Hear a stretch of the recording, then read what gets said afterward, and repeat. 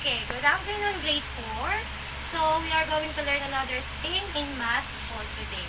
Have you seen a dice before?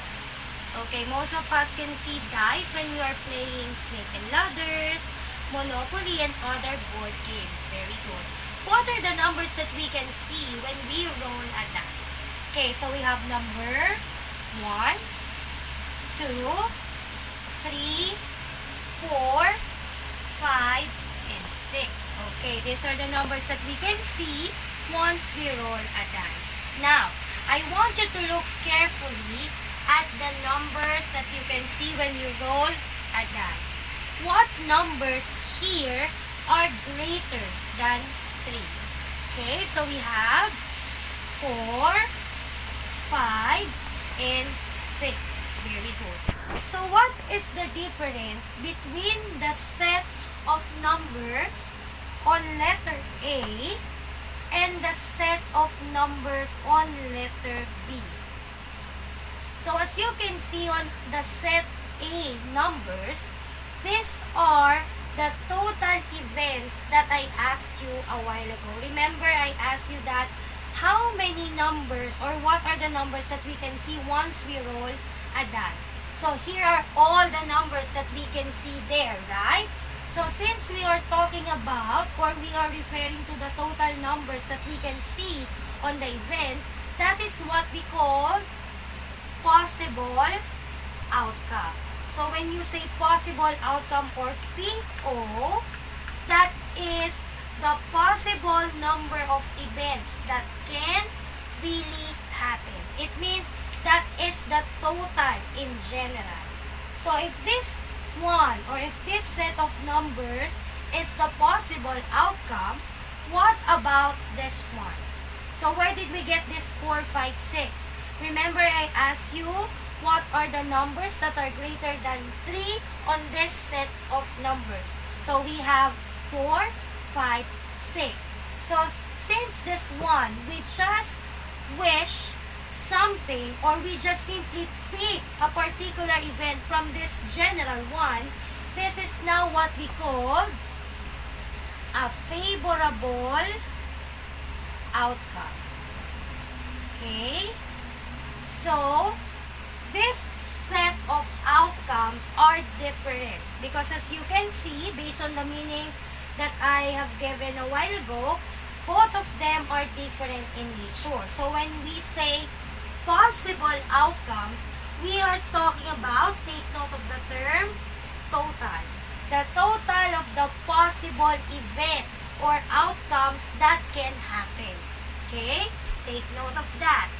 On the other hand, when you say favorable outcome, since I only ask you to do or pick something from this general event, we are talking about favorable outcome or simply these are your wishes or the things that you wanted to happen. Okay? Can you see the difference between the two now? The possible outcome, which is talking about a total, and the favorable outcome, which means what you wish or the event that you wish or you wanted to happen. Okay? So what do you think will be our lesson for today? Since we already talked about the possible outcome and the favorable outcome. So for today, what we are going to learn in math is to find the favorable outcome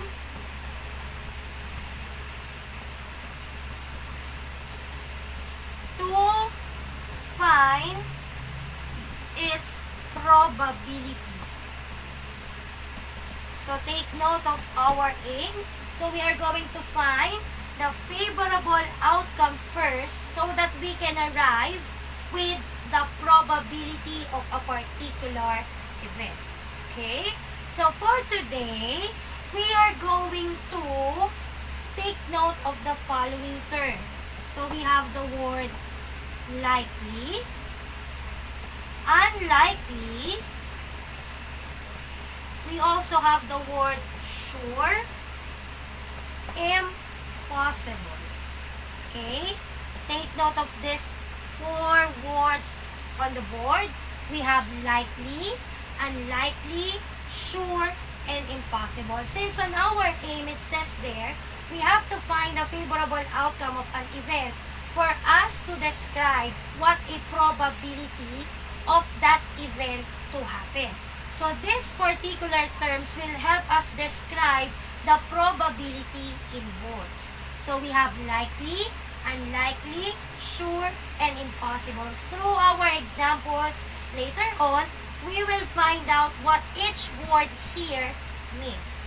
So let me have numbers on the board. We have 1, 2, 3, 4, 5, 6, 7, 8, and 9.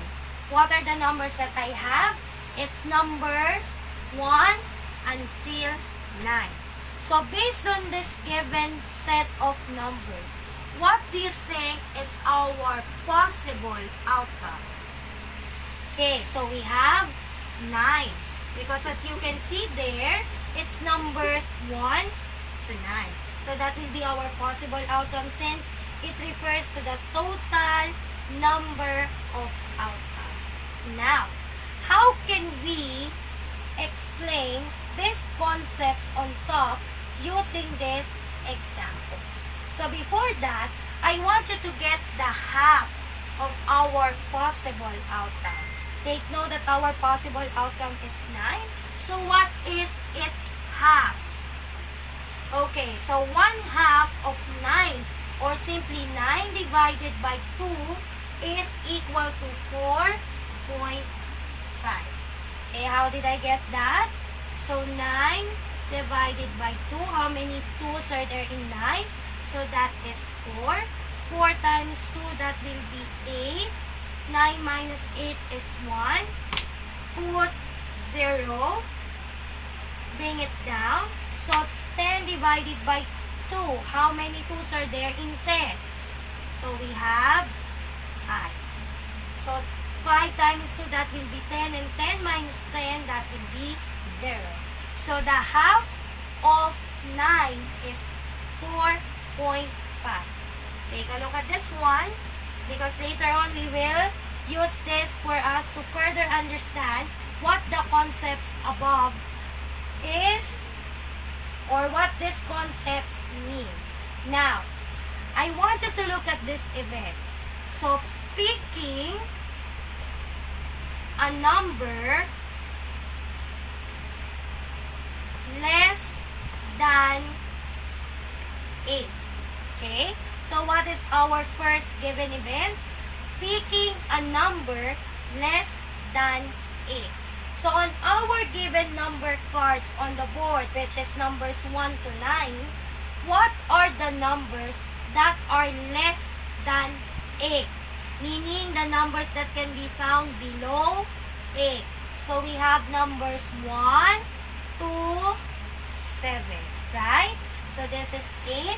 So, these are the numbers that below number 8 or less than 8. So, how many are those? So, we have 1, 2, 3, 4, 5, 6, 7. So, that will be 7. So, meaning to say, the chances of picking a number less than 8 is 7 out of 8. What does mean? What does it mean, this 7 out of 8? Now, let's go back with this particular concepts above. So, here, 7 out of 8, we can say that the chances is likely to happen. When you say likely to happen, it should be more than half. More than half of what? More than half of our possible outcome. So this one, as our favorable outcome, since it's the answer from our event here, or the chances that this event happen is 7, and 7 is more than 4.5, so therefore, its chances is likely to happen. Take note that when we say likely, it should be more than half of the possible outcome. Again, when you say likely, it should be more than half of our possible outcome. The favorable outcome is more than half of the possible outcome. So that is likely. So we already explained what likely means. So now take a look at our next example.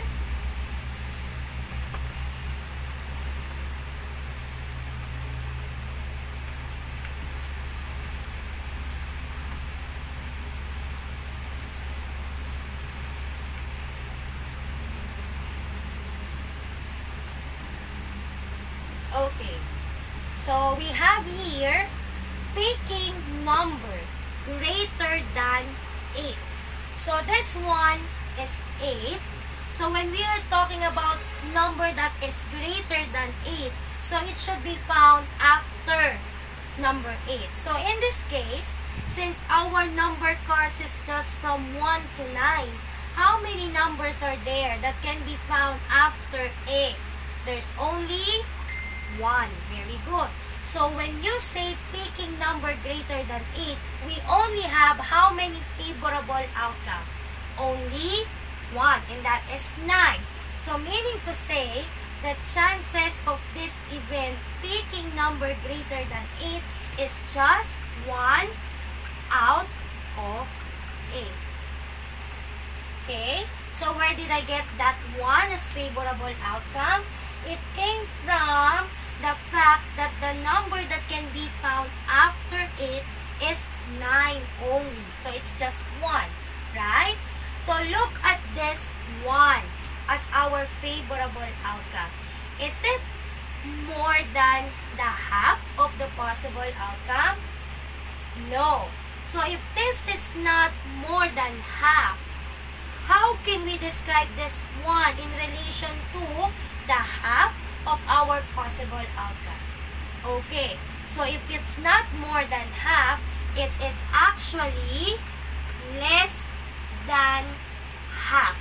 So as you can see, 4.5 is greater than 1 and 1 is less than 4.5. If this is the case, for example, your favorable outcome is less than 8, or let's say less than the half of the possible outcome, that chances is unlikely to happen. Okay?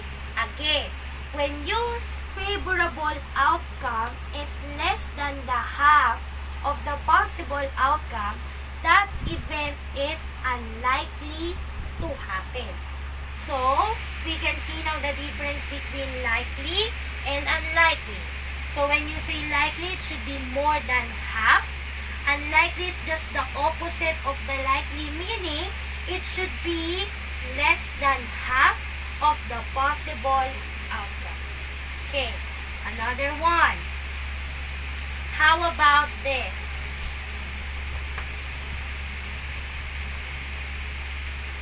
Picking a number greater than 0. Okay? Since here on our number cards, as you can see, we don't have number 0. However, when we count numbers, we all know that after 0, we have to proceed with 1. Right?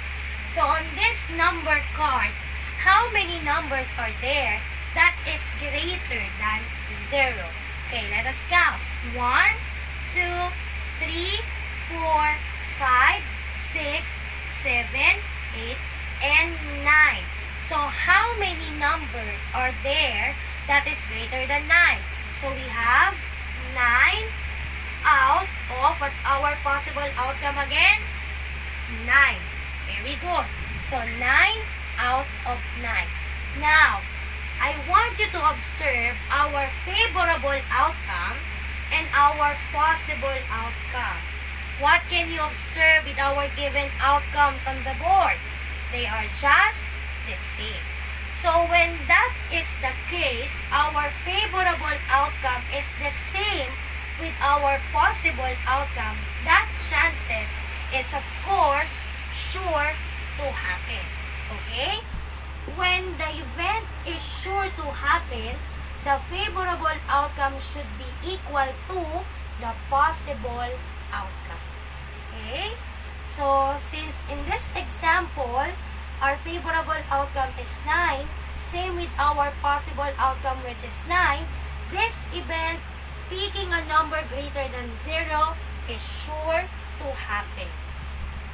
Okay, so we already explained the three concepts above. So likely it means more than half of the possible outcome.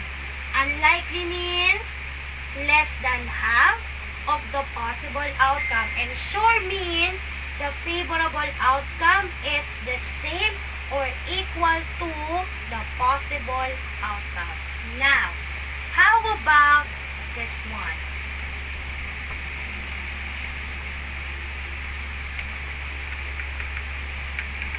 Okay, picking a two-digit number.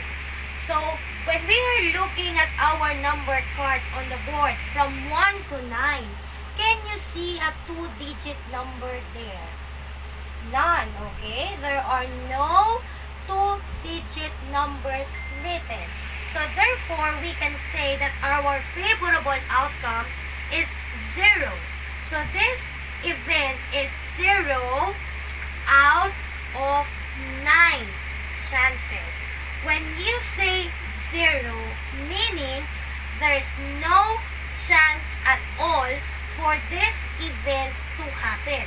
So therefore, in other words, that is impossible because there are no chance at all for this event to happen because as you can see, there are no two-digit numbers or it's really impossible for us to look for this number since our given numbers are just a single digit, right? So this one is impossible, meaning there's a 0 chance for this event to happen. Okay? So we already explained what are these 4 chances are. So let me just put a diagram or a table on the board. So we have the chances in probability. Most of the time, these chances, the word likely, unlikely, impossible, and sure are used if you want to describe probability in words only. So the first one we have likely. So when you say likely, based on our example, it should be more than half of our possible outcome. So therefore, you have to figure out first what is your possible outcome and then get its half. Or simply you just divide it by 2.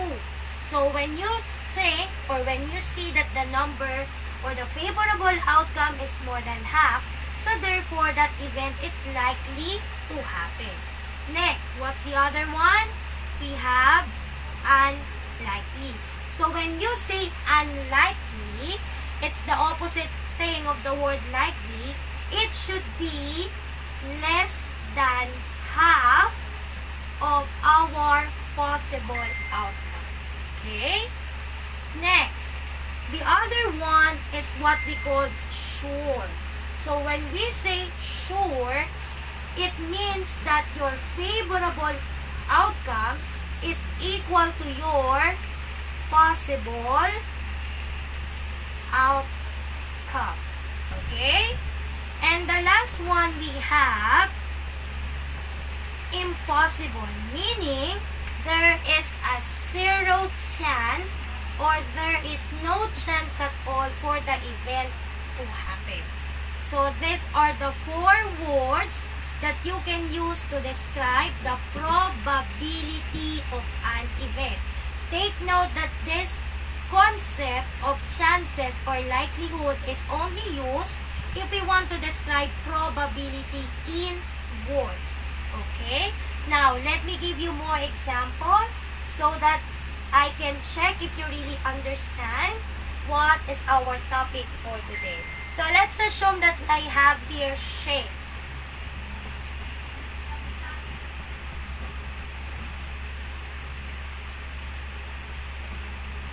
Okay, how many shapes do I have on the board? So what is its possible outcome? So we have 6. Okay, 1, 2, 3, 4, 5, and 6. Now, let me give you first event. Picking a circle. By the way, before we have this event, what's the half of 6 first? 6 divided by 2, that will be 3. Okay. Now, let's go back with our event. Picking a circle or a square. So, let us count how many circles and squares are there. So, 1, 2, 3, and 4. So, our favorable outcome is 4 out of, what's our possible outcome? 6. Now, take a look at this 4.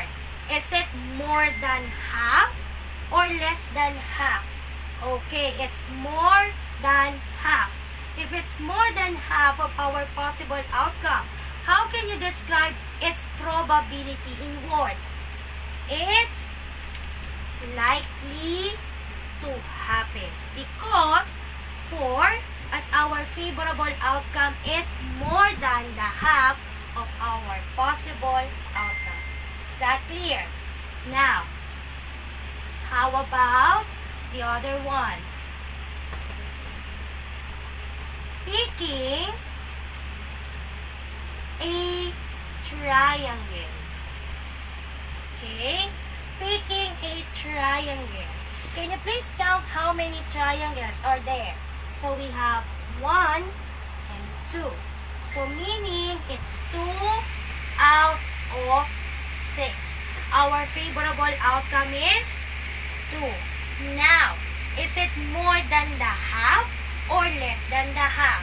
It's less than. Okay, if it's less than, what chances or what probability in words can we use to describe this event? So it is unlikely to happen because as you can see, our favorable outcome is less than the half of our possible outcome. Okay? Next. How about for this one? Picking a circle, triangle, and square. Okay, picking a circle, triangle, and a square. Can you please count how many squares, triangles, and circles are there in all? So there are 6. So meaning this particular event has a chance of 6 out of 6. So our favorable outcome is 6 as well. Same with our possible outcome. As if that is the case, what could be the probability in words that we can use to describe this event? Okay, this is sure. Because our favorable outcome is just simply equal to our possible outcome. Okay? Now, how about this one? So, we have picking a star.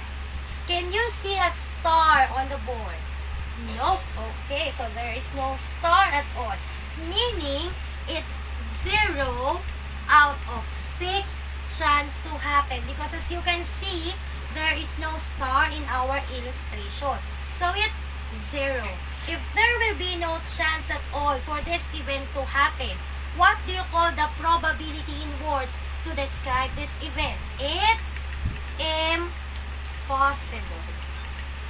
Okay? So, take note of the 4 terms that we use to describe probability in words. We have likely, unlikely, sure, impossible. Before we do that, we have to find first our possible outcome and divide it by 2 to get its half. So, likely meaning more than the half. Unlikely means less than the half. Sure, chances meaning it's equal to our possible outcome. And when you say impossible, there is no chance at all, or meaning there's a zero chance for that event to happen. Now, there's also one additional concept that we can use to describe a probability in words. So let's assume that I have a box here. Okay? So let's have a box here with 4 blue marbles and 4 red marbles. Okay. Suppose that I have a box with 4 blue marbles and 4 red marbles. What is the probability of picking a blue marbles? Okay? Now, first, we have to add the 2 given set of marbles. 4 plus 4, that will be 8. So, in our example, the possible outcome is 8. So, what's the half of 8? 8 divided by 2, that will be 4. Okay, now, what is the chance of picking a blue marble from the box? So, since we have 4 blue marbles there, so it is 4 out of 8. What have you observed with our favorable outcome? Is it the same with our possible outcome? No. Is it more than the half? No. So therefore that is not likely, right? Is it more less than, rather the less than half of the possible outcome? Okay, not as well. So if it's not more than or less than, what is this 4 and its relationship to the half of the possible outcome? They are just the same. If that is the case, that chance or probability can be described as equally likely event. When you say equally likely, it is the same, or the favorable outcome is the same with the half of the possible outcome. Again, when you say equally likely, that is the same with the half of our possible outcome. Okay, now let's wrap up our lesson for today. What we have discussed is about describing the probability in words by looking at the favorable outcome. How many terms did we use? We have likely, okay, unlikely. We also have sure, impossible, and what's the additional one? We have the equally likely. Okay, now let's differentiate them again one by one. So before we have this, you have to figure out first the possible outcome and get its half by dividing it by 2. When you say likely, it should be more than half of the possible outcome. When you say unlikely, it should be less than half. Now, when you say sure, it should be equal to where? Equal to our possible outcome. When you say impossible, that is a 0 chance, or there is no chance for that event to happen. And equally likely means it is equal to the half of our possible outcome. So there you have it, the 4 concepts or chances that we use to describe probability in words. Again, we have likely, which is more than half, unlikely, which is less than half, sure, which is equal to our possible outcome, impossible, which is a 0 chance at all, or there is no chance for that event to happen, and equally likely, which means equal the half of possible outcome. So these concepts are used to describe probability in words. I hope you learn a lot of things from our lesson for today in math.